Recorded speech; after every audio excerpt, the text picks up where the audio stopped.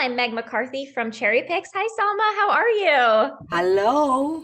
Oh my goodness. I thought this movie was so charming. It was so fun to see you back as Kitty.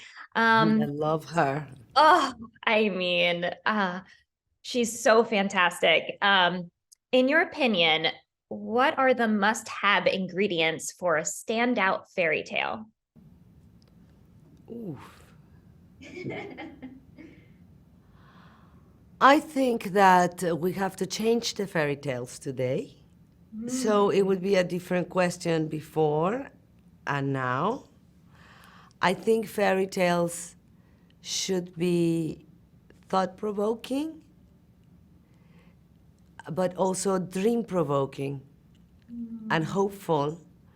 And I think they should also create worlds that are interesting for the imagination and that are not 100% like we see things in reality. I think the color should be original. I think visually it should have its own language. Otherwise, why have a fairy tale? I think they should involve, however, real issues and present interesting perspective in the exploration of real issues. And I think there should be a lot of metaphors.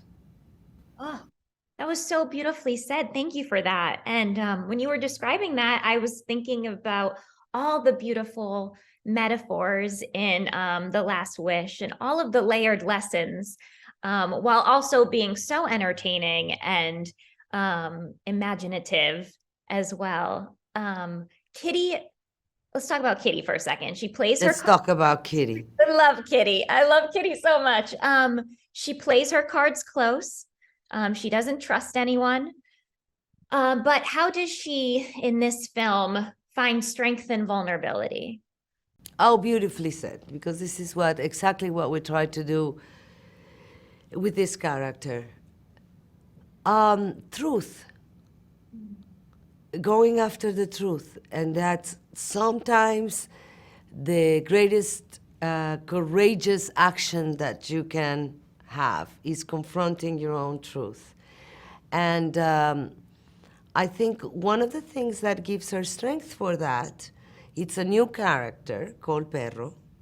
And by the way, let's not oversee the fact that in this movie we have cats and dogs getting along, which is another little thing that it's in the, another little seed that is in there for people to, their subconscious at least, to realize we can all get along.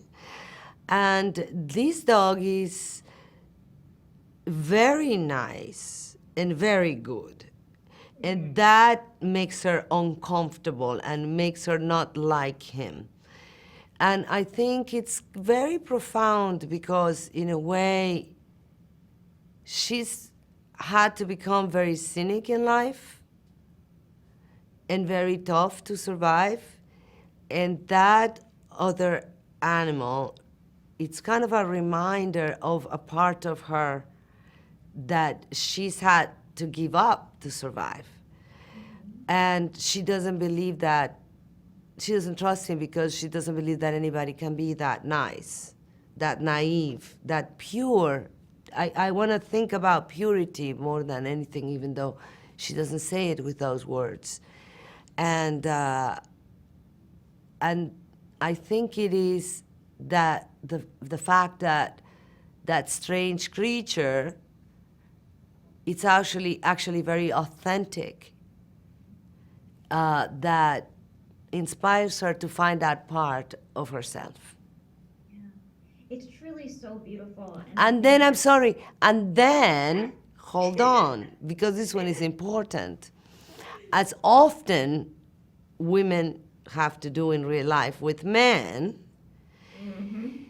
she gets to teach someone else, let's not say who, because I have to see the movie, that it is okay to be afraid, because it's another truth, and to be brave to accept that, to share that, and most importantly, that you have to enjoy the things that you have instead of worrying about the bad things that could come along, because then you forget about living while you're worrying.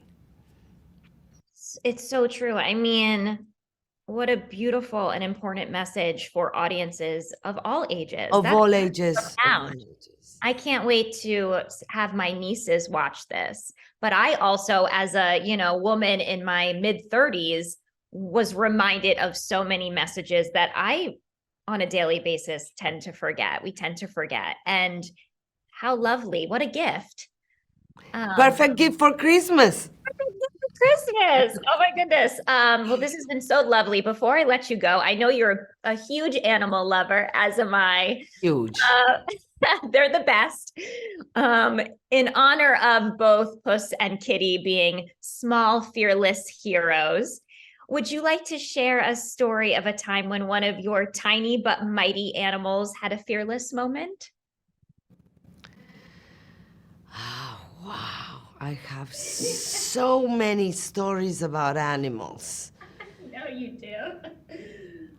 I think that they are very pure and their instincts are so developed because of it, because they don't have phones to mislead them. Lucky. And I remember one time, I'm sorry, I confess, I sleep with dogs. I sleep sometimes with owls and cats, but not at the same time. But I remember a long time ago, before I was married, and I was sleeping with 4 dogs every night. Well, sometimes here and there I got lucky. But anyway, one night, my Lupe, me, who's, I hope she's in dog heaven. She is in dog heaven, still looking after me. Woke me up and grabbed me by the hand and took me to the door to open the door of my bedroom, which led to a little garden. And I didn't understand why. I thought she needed to go to the bathroom, but she didn't. I went back inside, she did it again, and I trusted her. And I said, something's wrong. And I stayed outside with them for a while. And then when I went back in, I smelled the gas. Oh my goodness. But she insisted enough that I trusted her more than I trusted my logic. I would be dead had I not. So she was my hero. She still is, yeah. Oh, that's beautiful. Well, thank you so much. This has been lovely. I always enjoy talking to you so much. Thank you Me so too. much for today. Thank you. Much love. Mwah. Bye bye. Bye.